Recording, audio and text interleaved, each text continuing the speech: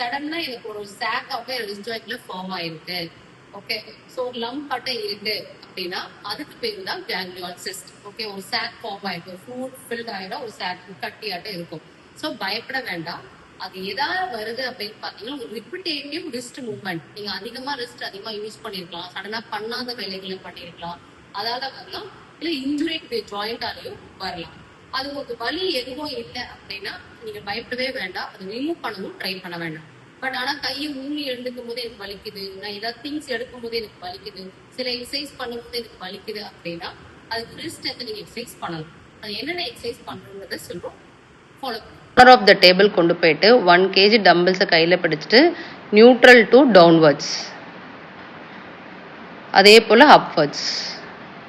இது எல்லாமே 10 rep 2 sets பண்ணுங்க.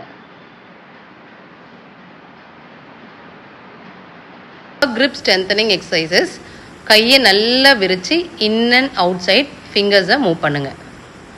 இதுவுமே 10 rep 2 sets பண்ணுங்க. அதுக்கப்புறமா ஃப்ளெக்சிபிள் ராட் இல்லை டவல் எடுத்துட்டு ரிஸ்ட்டை நல்லா ட்விஸ்ட் பண்ணுங்க, இல்லை ஸ்குவீஸ் பண்ணுங்க. ஸ்குவீஸ் பண்ணுற போல் மூவ்மெண்ட் பண்ணுங்க.